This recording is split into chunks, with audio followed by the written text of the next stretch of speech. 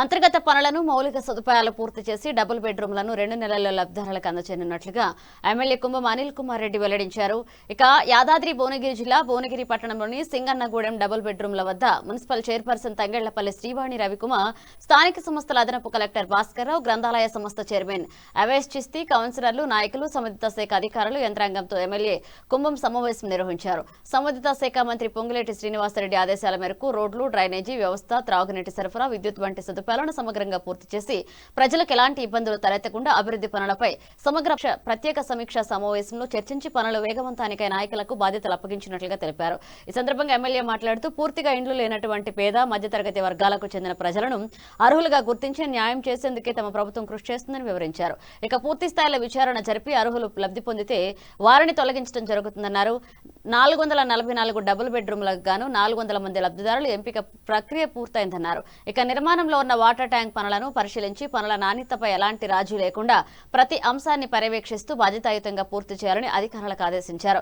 పంపిణీకి ముందు అన్ని సదుపాయాలు పూర్తి చేసి సిద్ధంగా ఉండేలాగా ముందస్తు చర్య తీసుకోవాలని, ఎక్కడైనా సమస్యలు ఉన్నట్లయితే వెంటనే పరిష్కరించాలని, ప్రభుత్వ సంకల్పానికి అనుకూలంగా ప్రజలు మెరుగైన వసతి కల్పించడమే ప్రభుత్వ లక్ష్యమన్నారు. ఈ కార్యక్రమంలో పట్టణ పార్టీ అధ్యక్షులు కూరా వెంకటేష్, పోత్నాక్ ప్రమోద్ కుమార్, తంగళ్లపల్లె రవికుమార్, బర్రె జహంగీర్, కుక్కదపు సోమయ్య, బాబురావు తదితరులు పాల్గొన్నారు. వచ్చిన వాళ్ళని మాత్రం తీసేది లేదు. బట్ ఇల్లు ఉంటే మాత్రం అది 10 కానీ 5 కానీ 20 కానీ 40 కానీ 50 కానీ తీసేయాలి. అది తీసి పేదోళ్ళకి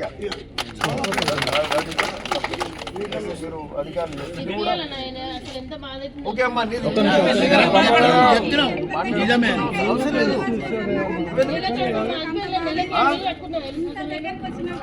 నమస్కారం. ఈరోజు ఇక్కడ భువనగిరిలో జిల్లా కేంద్రంలో మా నియోజకవర్గ కేంద్రం అట్లే ఇక్కడ సింగనగూడెం డబల్ బెడ్రూమ్ ఇళ్ల కాడ ఉన్నాం. ఇక్కడ 444 ఇండ్లు ఇక్కడ అవుతున్నాయి. మరి దీనికి సంబంధించిన రివ్యూ పెట్టుకున్నాం.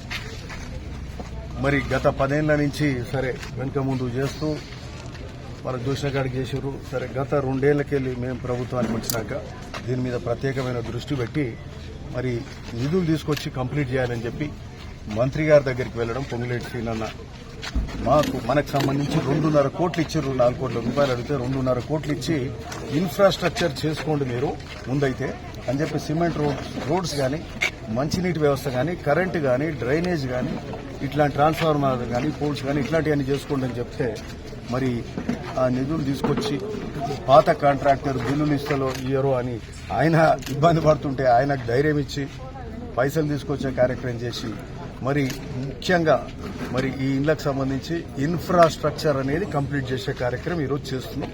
దీనికి సంబంధించి మరి ముఖ్య అధికారులు ఏసీ గారు ఉన్నారు, ఎడిషా కలెక్టర్ గారు ఉన్నారు, PD housing and DE housing, AE housing and RWS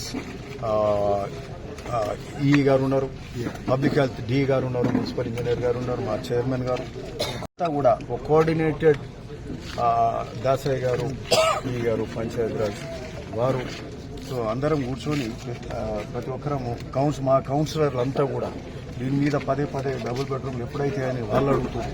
ఎందుకంటే భువనగిరి అన్ని వార్డులకు సంబంధించి ఒక్కొక్క వార్డులో 15 మంది అని ఉంటుంది. పేద వార్డులు ఉన్న వాళ్ళ కాడే 23 మంది ఉంటుంది.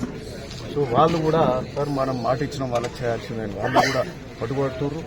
సో మా చైర్మన్ గారు కానీ సో దీని మీద మేము కంటిన్యూస్ గా నిధులు తెచ్చే కార్యక్రమం, రివ్యూ పెట్టుకునే కార్యక్రమం చేస్తున్నాం. సరే మున్సిపల్ ఎలక్షన్ల ముందు కూడా మేము మార్చి ఎక్కువ ఏప్రిల్ 15వ తారీఖు వరకు ఇస్తాము అని ఒక మాట అయితే చెప్పినాం. అంటే మేము ఒక టార్గెట్ పెట్టుకున్నాం. సరే ఏప్రిల్ 15th వరకు జరగడం కష్టమే.